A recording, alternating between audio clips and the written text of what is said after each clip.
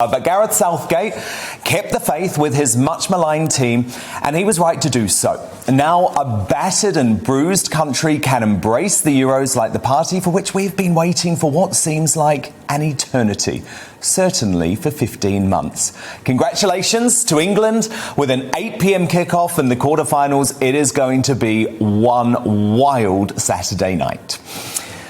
But on to something a little bit sadder, I guess. I think it's time to save our children's education and their mental health. The Children's Commissioner is right to call for an urgent end to bubbles and self-isolation from school because it is inflicting trauma on our most important generation.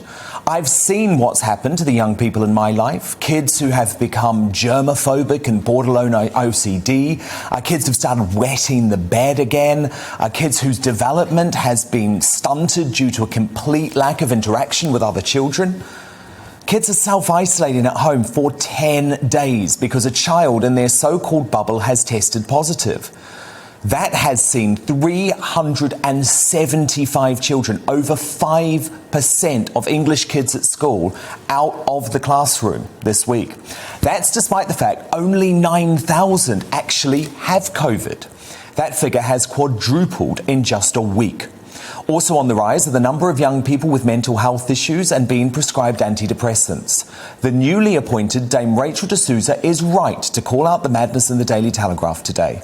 As she said, they have done a huge amount for us. I mean, they really were the least at risk of this, and they've given up 19 weeks of their education. They've had all this anxiety and concern and exams cancelled. They've taken a big burden for us. I agree, hear, hear. Surely the whole point of rapid testing was to stop this sort of overcautious insanity.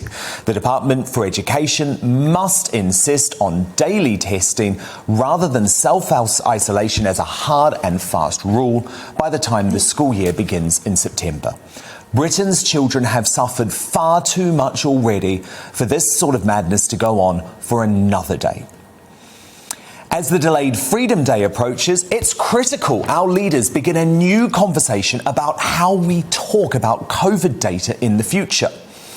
We don't announce the daily case numbers of seasonal flu, and I don't think we should with coronavirus either. The numbers that matter on our path to normality are the hospitalisations and deaths. Cases, which will hopefully be largely in younger age groups with very few symptoms or serious illnesses, are largely irrelevant. So I'm heartened by a report in today's Politico playbook that Tory MPs want to start a debate about when to stop publishing the daily case figures. Alex Wickham reported this. He said one minister expressed their view that the daily drip of data on cases and deaths encouraged ultra caution, arguing that if the government published the same figures for flu every winter, there would be a clamour among some for annual restrictions. Another MP said the daily figures leave a mental weight on the population and that things would never return to normal if there was constant speculation on Twitter and in the media about every small spike across the country. Now, in my view, that's going to be particularly important with case numbers possibly as high as 250,000 per week when Freedom Day is scheduled. The new Health Secretary, Sajid Javid, said yesterday that living with coronavirus is a priority. That's why the daily case numbers are no longer helpful. The thugs harassing Chris WHITTY are a disgrace.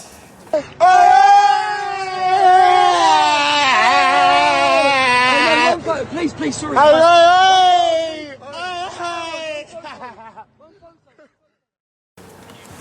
I don't agree with every move the Chief Medical Officer has made over the past 15 months, and my criticisms have been based on his professional decisions. But he seems to be a normal and caring bloke who deserves to be left alone in public. Unlike cabinet ministers, WHITTY is provided with no formal protection. And unlike celebrities, he doesn't have the fame and the fortune for private cars. Through a once-in-a-lifetime pandemic, he has become one of the most famous men in the country in the most unlikely way. The public must show him respect. And to the anti-lockdown supporters, who I largely think are doing great things, if you think these sorts of incidents do the cause any good, you're wrong. The harassment of WHITTY and the BBC Newsnight reporter Nick Watt is thuggery, pure and simple.